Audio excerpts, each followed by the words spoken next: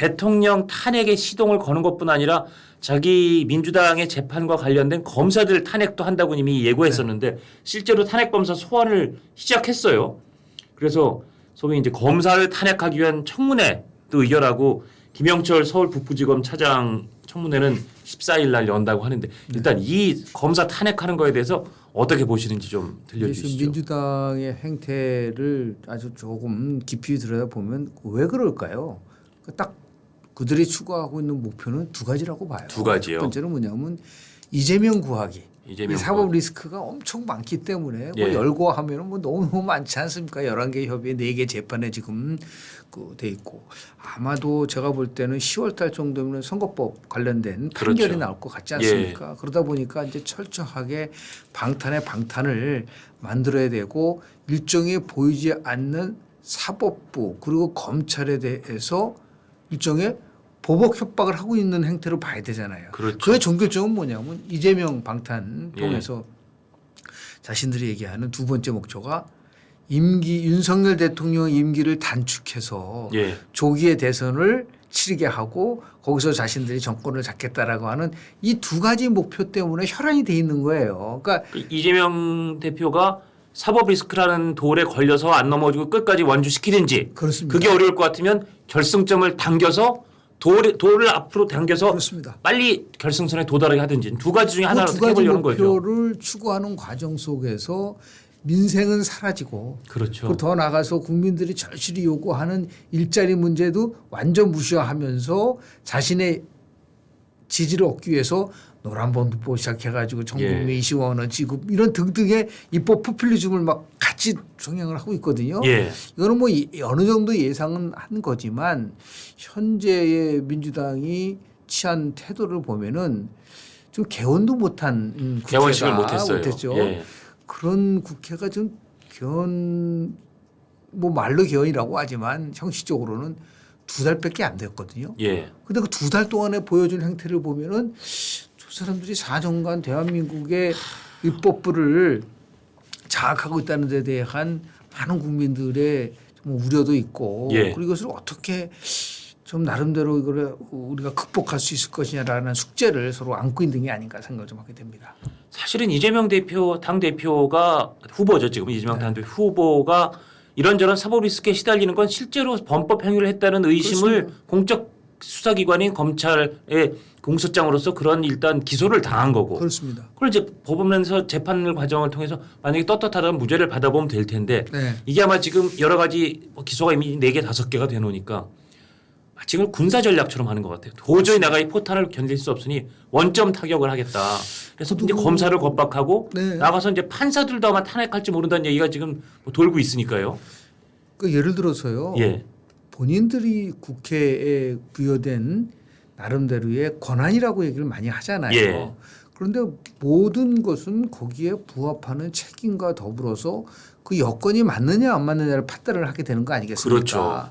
그런데 검사가 공소한 내용이 맞는지 틀리는지는 어디서 우리가 판결을 내리나요? 뭐 재판 과정은 재판부죠. 그렇죠. 아니, 재판에서 해야 될 거를 공소사실이 허위사실인 거에 대한 것들을 국회의원이 만약에 판결을 내린다고 하면 첫 번째는 헌법 체계를 완전히 무너뜨리는 거죠. 예. 그래서 반헌법적이라고 얘기를 하는 거고요. 예. 두 번째 얘기할 수 있는 것은 뭐냐면 이게 바로 보이지 않는 저는 단순한 국회의원의 갑질이라고 보지 않아요. 예. 월권과 직권남용이다. 아. 자신들이 없는 권한을 사용하고 있는 거지 않습니까? 아니면 요만큼만 쓰라고 한 권한을 이만큼 쓰고 있는 거니까 이만큼 남용을 하는 쓰라는 거죠. 것도 예. 정당하게 써야죠. 그렇죠. 권한이라는 것이 예를 들어서 막 하게 되면 그게 월권이 되는 것이고 그렇죠. 남용이 되는 남용이 거지 되는 않습니까? 거죠. 예. 이런 부분에 대한 인식조차 없다. 예. 알면서도 지금 말씀하신 것처럼 이게 뭔가 자신들이 아까 제가 말씀드린 그 목표를 향해서 갈 때 걸림돌이 계속 나오지 않습니까? 예.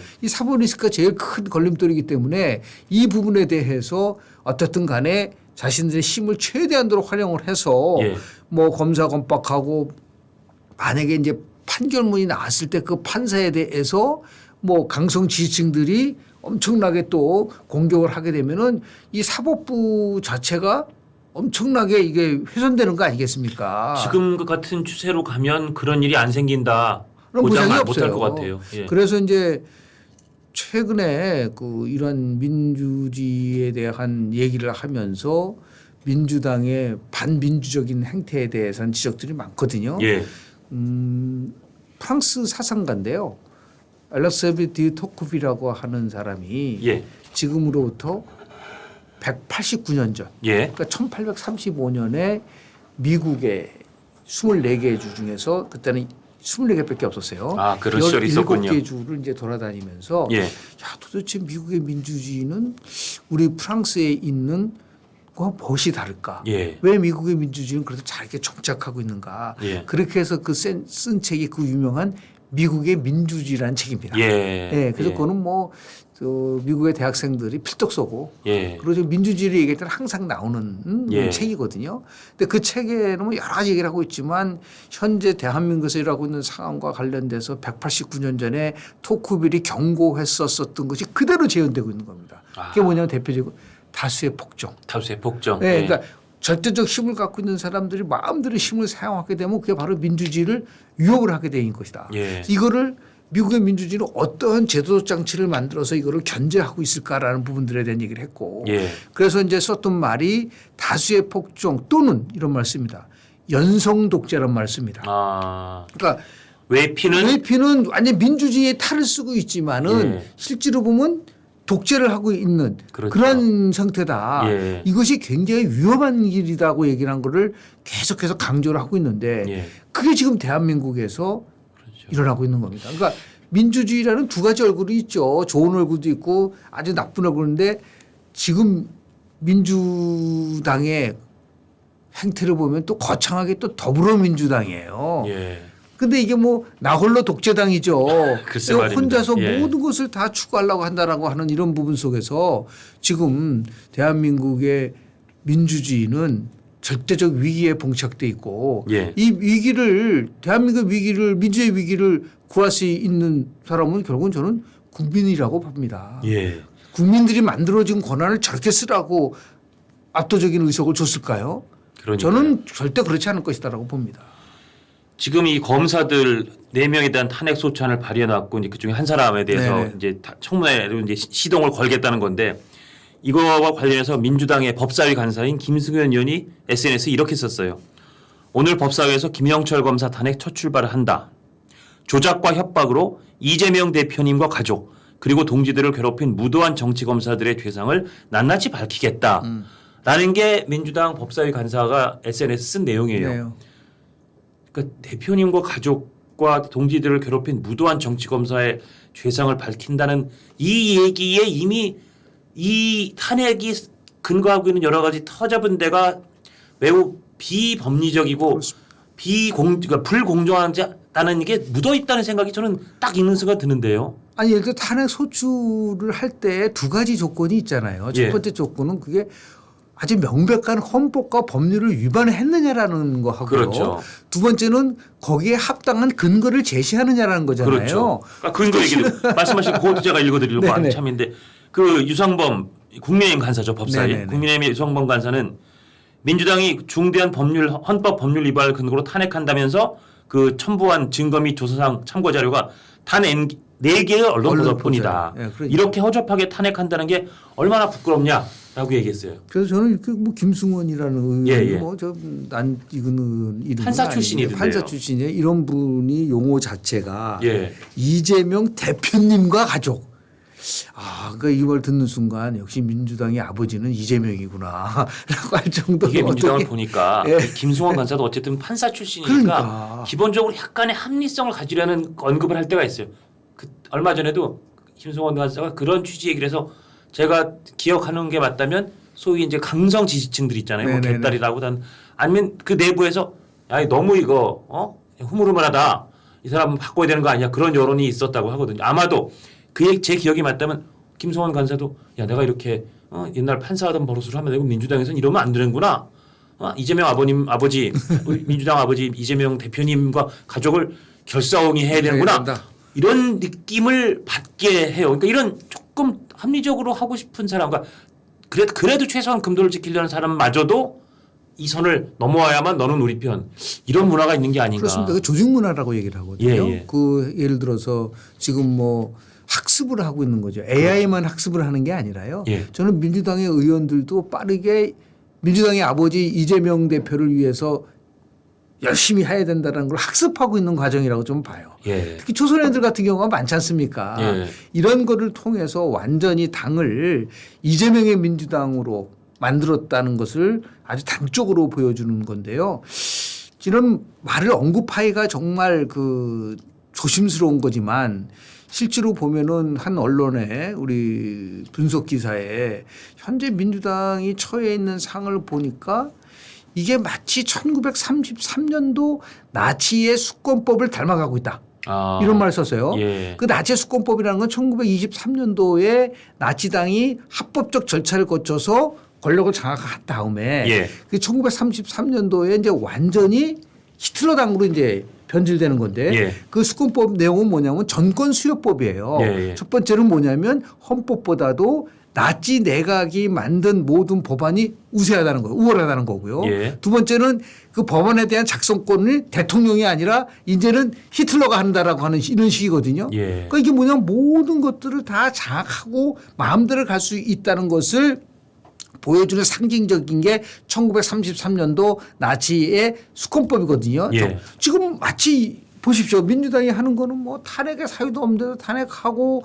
더 나가서 아니 나는 권한대행을 탄핵을 하겠다는 그 발상도 그렇고 아니 이진숙 지금 방통위원장이 업무를 개시하기도 전에도 탄핵하겠다고 얘기를 하고 있고 예. 그리고 지금 뭐 검사들 다른 것도 아니고 이재명 대표를 수사한 검사에 대해서 그러니까 지금 핑계는 다 핑계는 다른 다 근거로 다른 이유로 됐지만 된 거죠. 됐는데 사실 다 이재명 대표나 전 대표나 아니면 민주당의 돈봉투 등 이런 사건을 수사했던 검사들이 딱딱 돼 있고 사실은 여기에 실제로 아까 말씀드렸지만 그 민주당 간사 김승원 의원이 조작과 협박으로 이재명 대표님과 가족 그리고 동지들을 괴롭힌 무도한 정치검사의 죄상을 낱낱이 밝힌다. 네. 여기 사실은 속셈을 그대로 표출시킨 것 같아요. 이게 이제 그 행태는 똑같은 거예요. 예. 힘을 갖고 모든 것을 자신들의 권한대로 행사를 하겠다라는 부분인데 예.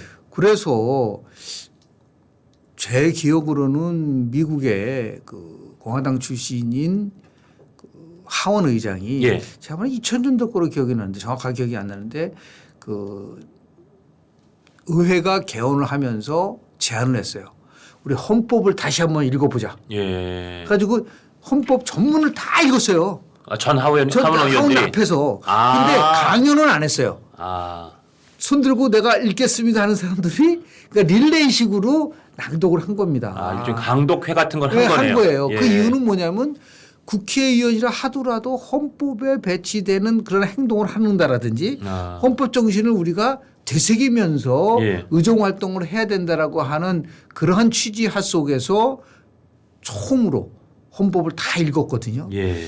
우리 지금 민주당의 의원들은 뭐 항상 쓰는 말이 대한민국 헌법 1조이랑 뭐 대한민국은 민주공화국이다 모든 권력은 그것만 얘기하지 말고 예. 정말 우리 헌법에 담겨 있는 정신과 그리고 상권 분립의 원칙과 이 사법부에 대한 독립성이라든지 이런 것들을 좀 공부해야죠. 그렇죠. 그렇지 않고 예. 그냥 빠지만 달고 뭐 저 홍위병이 돼가지고 앞장서서 이재명 구하기에 앞선 저거 한다면 저 사람이 정말 대한민국의 국민을 대표하는 사람일까? 그 제가 일전에 말씀을 드렸지만 미국 의회 정치에서 제일 먼저 가르치는 게 뭐냐면 도대체 대표라는 뜻을 너는 알고 있느냐? 예, What is 그때 representation? 말씀하셨죠. 예. 이 레프레젠테이션을 할 때 가장 중요한 건 국민을 대표해야지 왜 특정한 정당, 특정한 사람을 대표하는 거 지금 다 모든 거는 국민을 대표하는 게 아니에요. 이재명을 대표하는 거예요. 그래서 민주당이 지금 망가지고 있고 민주당이 지금 일탈을 해가지고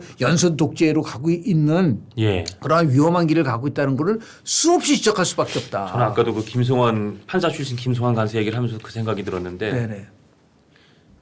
민간인도 멀쩡하던 사람들도 이제 군대에 가면 처음에 군대식 훈련을 받고 그렇죠. 관등 성명을 얘기하라 그러지 네네. 않습니까? 뭐 상관이 손만 짚어도 뭐 이병 장원준 이렇게 하라고 이제 가르치는데 사실은 아 이게 뭐한 짓이야. 그래도 이게 아무리 군대라 그래도 손댈 때마다 관등성명 하는 건 말이 안 되지 않아라고 하던 사람도 불과 하루 이틀 지나서 이제 뭐 고참들의 여러 가지 뭐 질시와 핍박과 기합을 받고 나면 그냥 손만 대는 눈길을 맞춰도 자동적으로 관등성명에 나오는 어쩌면 지금 민주당의 문화가 관등성명을 안 되면 안 될 정도로 특정한 그 분위기와 특정한 그렇습니다. 강압으로 가고 있는 게 아닌가.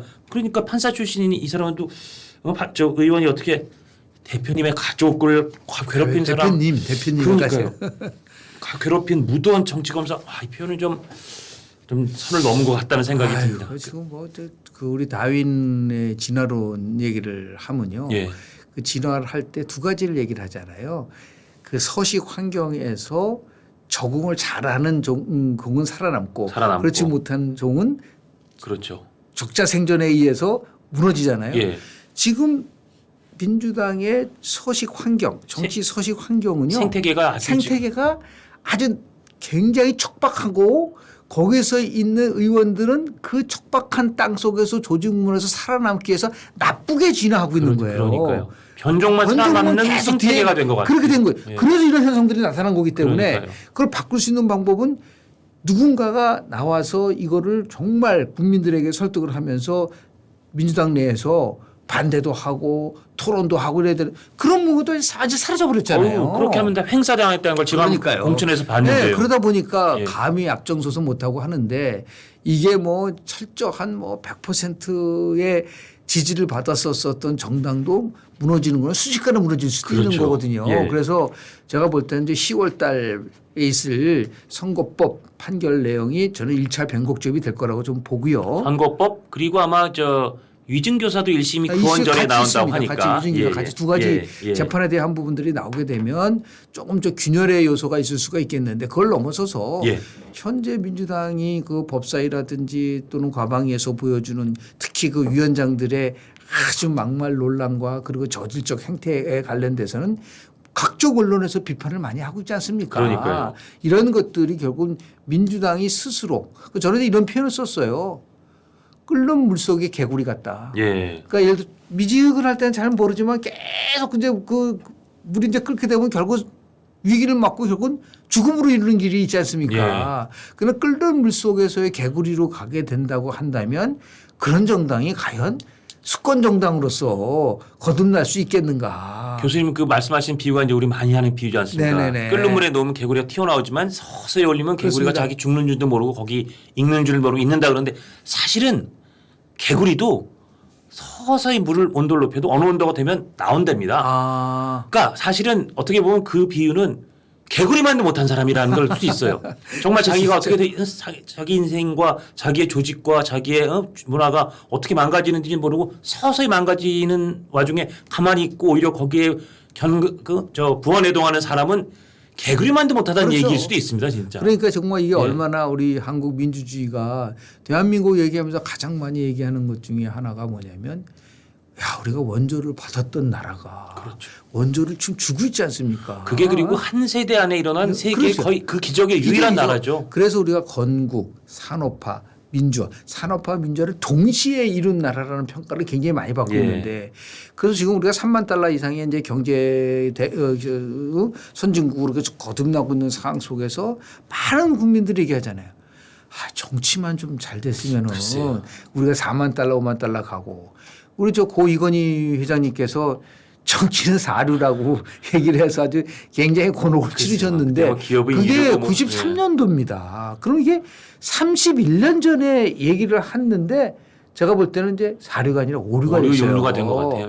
이런 많은 많은 지금 돌이켜보면 그때 정치는 그래도 그때 어느 정도 근거가 있죠. 뭔가 그래도 이렇게 사회를 좀 순화시키고 사회가 돌아가도록 이렇게 맥을 뚫어주는 역할이 그나마 있었던 것 같은데 지금은 오히려 돌아가는 핏줄을 가면서 다 일부러 막는 게 정치 같아요. 국민들이 보고 있다는 거를 깨닫고 국민들에 대해서 나름대로 자기가 뭐를 해야 되는지를 깨닫는 게 있었는데 지금 너무 뻔뻔한 거예요. 그러니까요. 제가 이 말씀 자주 드리는데 후한무치가 시대정신이에요. 시대정신. 이게 어떻게 21세기 대한민국에서 지금 이게 자행되고 있느냐에 대한 나름대로 국민들의 허탈감과 더불어서 이거는 아니지 않느냐라고 하는 그러한 부분들이 분명히 많은 부분 속에서 지금 내재돼 있고 기록으로 남기고 있고 그래서 결국은 새로운 정치를 바라고 있는 열망이 언젠가는 맞습니다. 폭발할 거라고 저는 봅니다.